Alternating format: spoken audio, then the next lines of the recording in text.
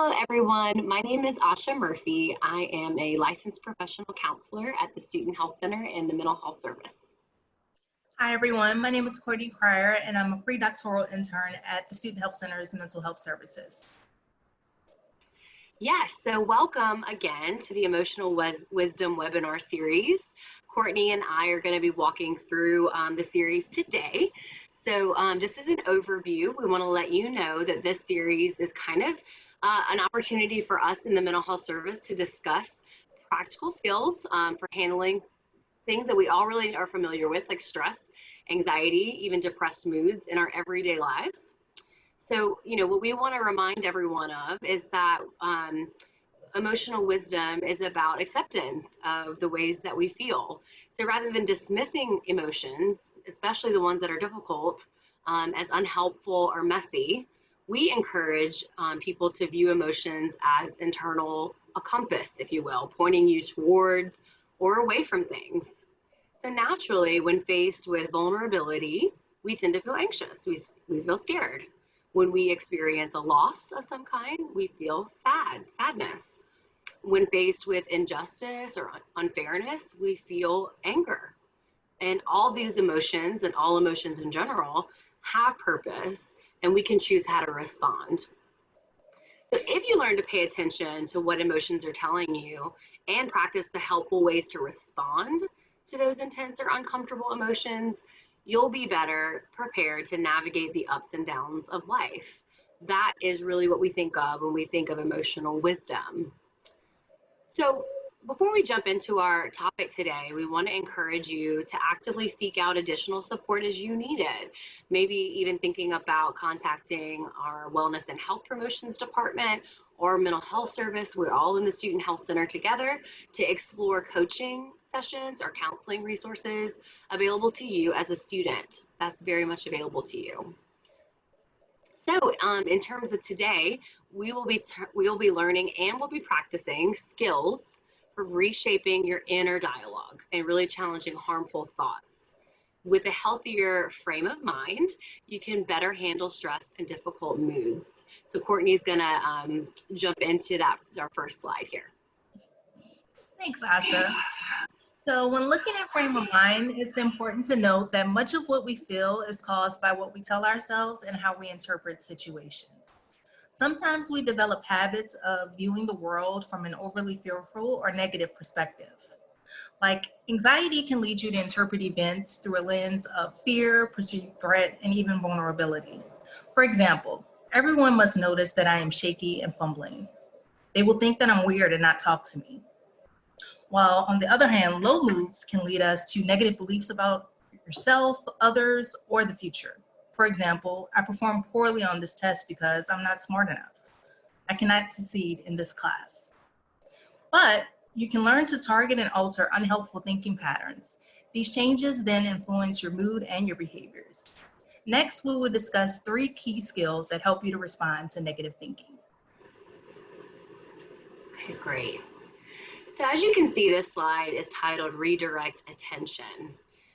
Feeling stuck and overwhelmed by stress is an experience everyone has from time to time. You feel paralyzed, right? So this can happen when you ruminate on a problem. And maybe that's something that happened or something that you're worried about in the future, something that you said in a conversation that you wish you hadn't said. All these types of things we really can latch onto in our brains. Your efforts to think through those things may lead you to actually feel worse about it, unable to sleep, especially at nighttime, kind of like going over these things in your mind. Sometimes this is maybe described as like getting in your head too much or overthinking, overanalyzing. Those are things that can come up, which can really diminish your ability to concentrate or engage fully with the world around you. So being in your head or thinking about these things in the past that you've had or something coming up in the future really kind of disarms us from being just now, just like, what am I doing in this moment? What do I need to concentrate or focus on in this moment? So it's useful to recognize that when continuing to think about a problem has started to become not helpful to you. It's losing the utility of like really going over it and over it, right? So in terms of the first skill that we're bringing up here, it's redirecting attention. This involves shifting that attention away from the unhelpful thought to a more pleasurable, positive, productive activity, or just something neutral, honestly.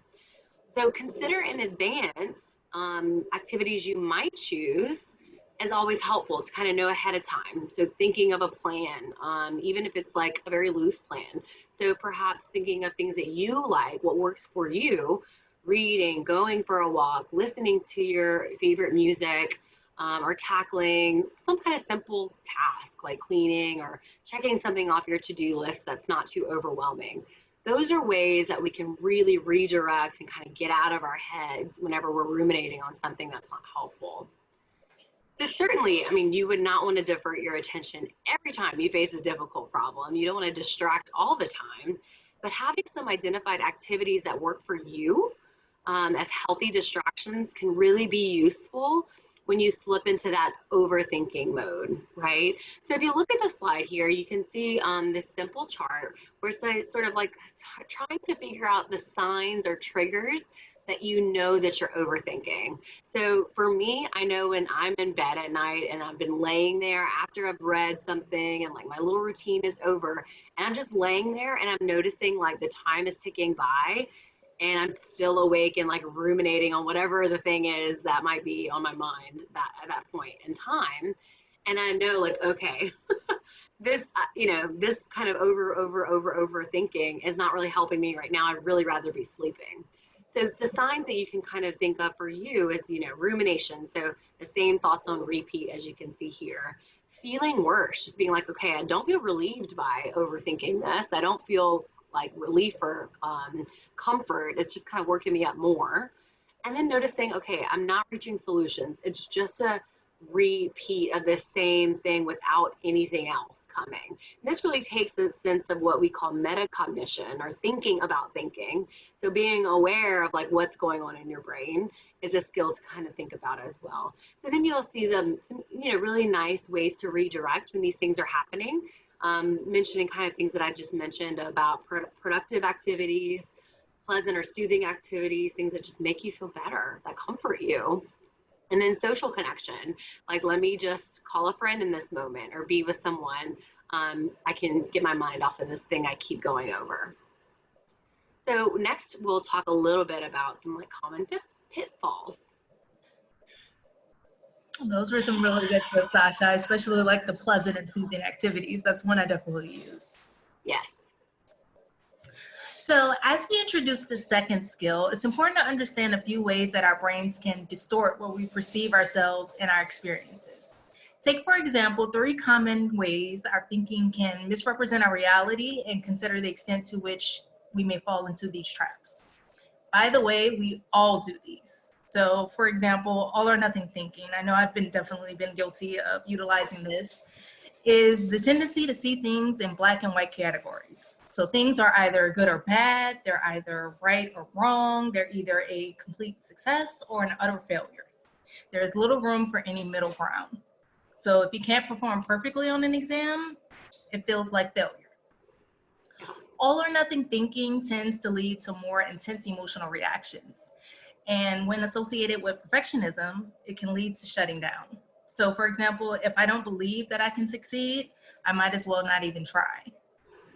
Challenging this type of thinking requires cognitive flexibility or learning to consider the gray areas of life. The next one is mental filter. This pattern involves picking a single negative detail and dwelling on it exclusively so that your overall view is darkened. Kind of like being surrounded by a rainy cloud that kind of follows you everywhere you go. Mm-hmm. So neutral or positive information may be ignored or seen as less valuable. With this negative filter, you may view yourself or your circumstances in an overly critical or pessimistic way. So challenging this type of thinking involves broadening your view to incorporate other information, particularly overlooked positive feedback. The next is personalization. So this is the habit of assuming that when something goes wrong, it is entirely your fault. Also, you might assume that the other person's reactions or actions relate to you. So personalization can easily contribute to self-blame, anxiety, negative perceptions of yourself. So in order to challenge this type of thinking, it requires considering that other people have their own internal worlds also. If you practice generating empathy for yourself as well as for others, this can help you attribute responsibility more objectively. Yeah, these are so good. And I know that as therapists, Courtney, we talk about sort of the ways that our thoughts can get in our way. I know you mentioned that we all do these. Totally. All or nothing thinking is just like my big one. It's so hard and it takes a lot of effort to confront it, but like once you know it's there, it is really helpful. For me, I have this habit to be like, okay, what does a productive day look like? So a productive day is like getting everything in every area of my life tackled, right? So I get up and go to work on time, and then I do a good job at work, and then I exercise when I get home, and then I cook a meal, and then I have like quality time with my family. And like that's just impossible to have all those things every day. But I think like, okay, if I can't hit all of them, it's a bad day, And so I have to think more in the gray area of I'm going to do the best that I can and hopefully hit on one or two of these areas in a day. And across a week, I probably will kind of tackle all these things that I need to tackle or want to tackle. So I definitely think that we can all relate to this. This is all very human stuff. For sure. Definitely remembering that we're human. Yes, yes, yes, yes. Okay. So let's move forward with the idea about reframing. This is our skill number 2. So once we learn to recognize the common patterns of distorted thinking or errors in thinking, we can utilize this skill. Reframing involves consciously shifting your perspective of a situation. You step back from your initial thought, which may be biased or overly negative, and then we consider another way to see or view it. This shifts your perspective and can generate different feelings about it.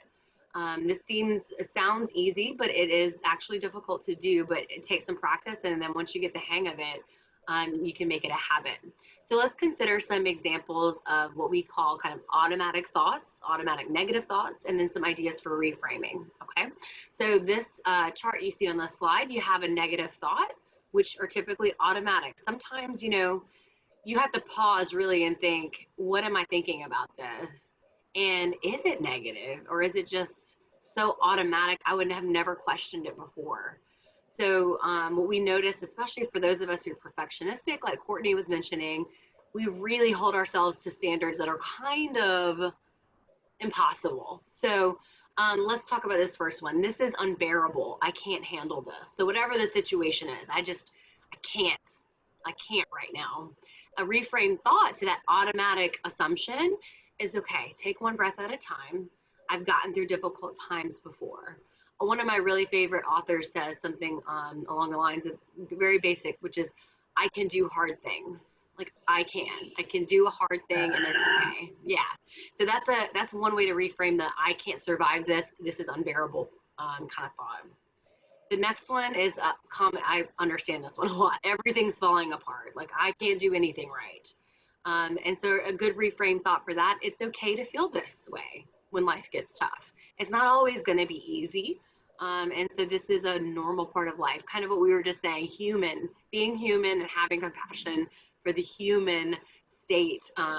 It's kind of part of it, right? The next automatic thought here is, I cannot do everything right. Or I cannot do anything right. Like nothing I do is going to land. And a reframe thought for that is, this is just a setback. I can think of other areas of my life to feel good about.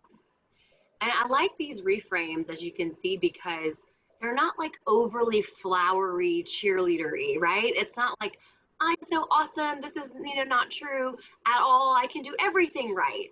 No, we want to be realistic, right? We want to be like neutral or just gentle. It doesn't have to go to the next extreme. It can be just, this is a setback. And then the last one that we have listed here is, I shouldn't feel this way.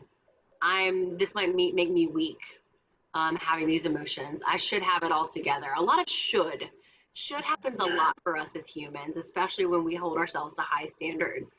So reframes this thought as I feel what I feel. I can be kind to myself or gentle with myself or neutral with myself and think about what I need in this moment right now. And so really that's saying there is no should, right? In some ways, the idea of should can be like a cage. It traps you in. Instead, it's all about want to. Like, what do you prefer to feel? I don't want to feel this way, but I do right now. And that's okay as a human being. And So you Asha, I love how you kind of pointed out it isn't such flowery language, but it still really fosters a lot of that self-compassion. Exactly. Like, I think a lot of people think like, oh, I'm not Miss Positivity all the time. Like, woo, everything's great. I mean, I think that's awesome if you can kind of get to that point, but I'm a realist. Like I think the middle ground is going to be, for a lot of people, a far ways off from even a negative. So yeah, I definitely agree. Um, so yeah, you may notice when you're kind of thinking about this and working on this, that negative thoughts are really usually phrased in absolutes, like it's like always, right? I remember in school, whenever you have a true false part of your exam, if there's language like always, never, have to, you're like, that can't be right, because it's usually not the case whenever things are listed. And the same thing goes with our thoughts. So the simplest maybe technique is to reframe, is to add the concept of right now to the initial thought. So like, this is unbearable right now, or I can't handle this in this moment or right this second. So that kind of shifts it from like, it's not always everything is falling apart. It feels that way right now in this moment. So that even small change in wording kind of reminds us that intense feelings are often time limited. Thank goodness, right? So, so when we feel difficult emotions, usually it is temporary. Sometimes it's a little longer than we would like, but it usually is time bound. So we begin to feel better with needed sleep, support from others, simply the passage of time. It's really about kind of waiting it out sometimes. So reframing, it's a powerful cognitive skill which can help you de-escalate emotional reactions, generate new ways of thinking, and point you towards potential solutions and coping skills, like the things you do.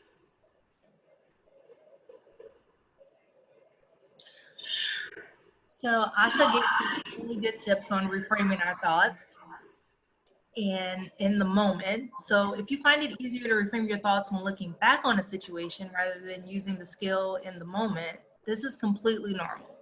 So learning to adjust our thinking is a gradual process and it requires practice. I know now even sometimes I have to kind of go back and apply a lot of these tips.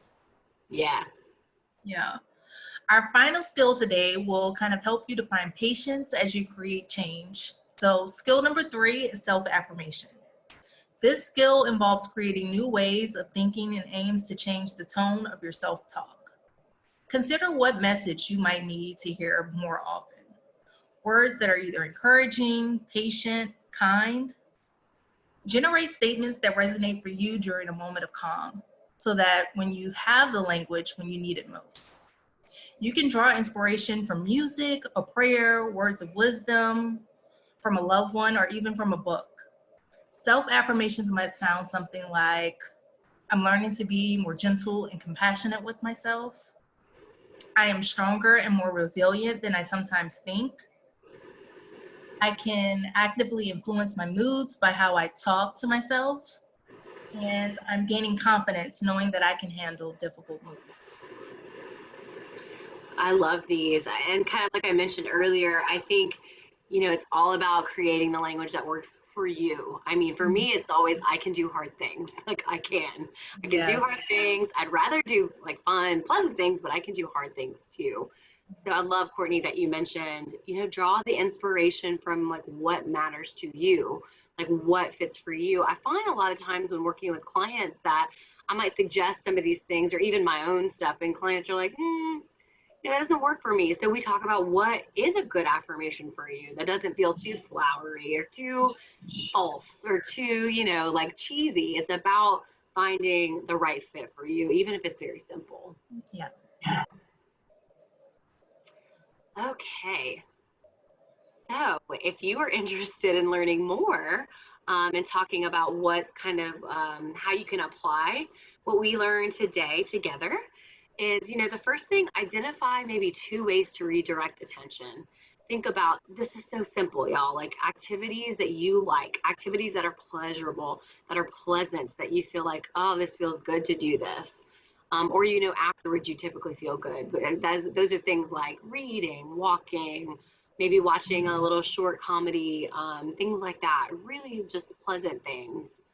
The next thing you might do is record 2 negative thoughts you commonly experience and practice using that reframing technique we talked about.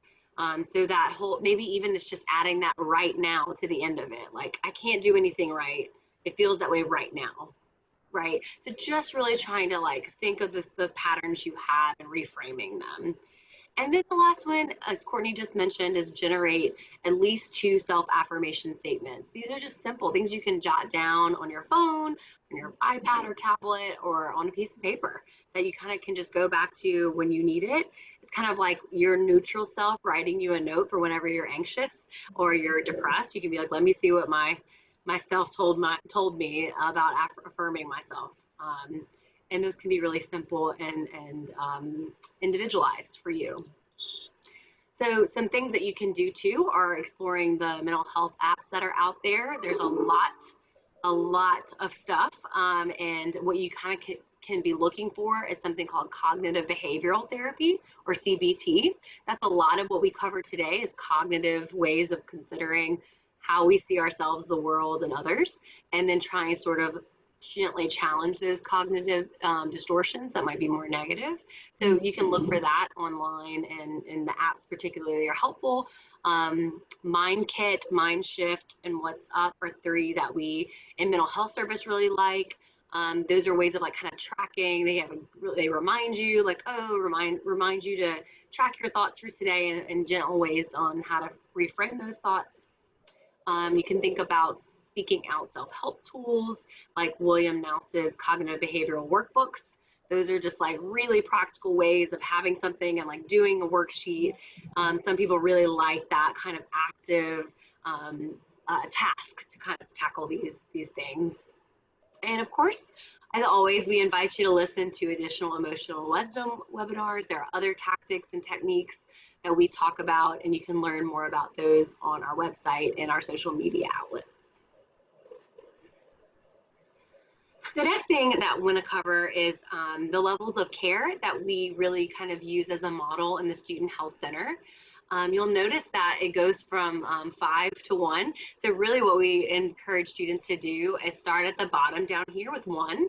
And that's the idea of levels of care is technically just a way of organizing and determining what level of care or how much access of care that you might need depending on your situation. So this is just a tool to kind of determine that. So maybe at the level 1, this is going to be kind of where maybe your stress levels, if you think about stress on a scale of 0 to 10, 10 being the highest, maybe your stress is kind of like 2 or 3 on that scale, where you're feeling, kind of like overwhelmed by certain things. You're managing pretty well, but you'd like some extra resources.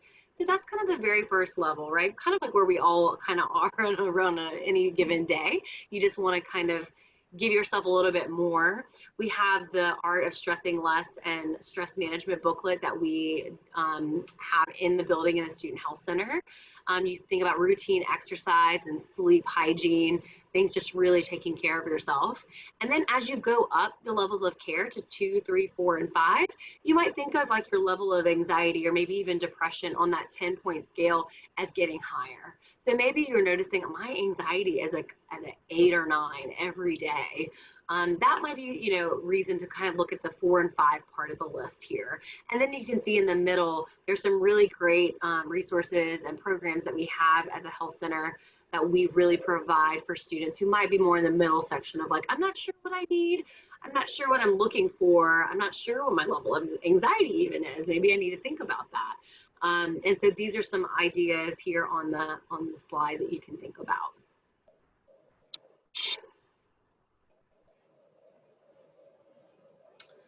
So the LSU Student Health Center serves student health needs through the medical center, um, the mental health services, and the wellness and health promotion. A wide range of services are available to support healthy functioning for the mind and the body. Yes, we have lots to offer in the Student Health Center. Our website's always a great resource for that, but here's just kind of an overview of what we do offer. And finally, we would love for you guys to stay connected with us. We want to connect to you, and that's one of the big reasons that we are providing this series online. And there's so many ways these days to stay connected. So find us on Twitter, Instagram, even Pinterest. And our website's always a really best resource to get kind of up-to-date things. And we really appreciate you joining us today. Yeah. Thanks for joining us. Yeah, thank you. Take good care. Bye. Bye.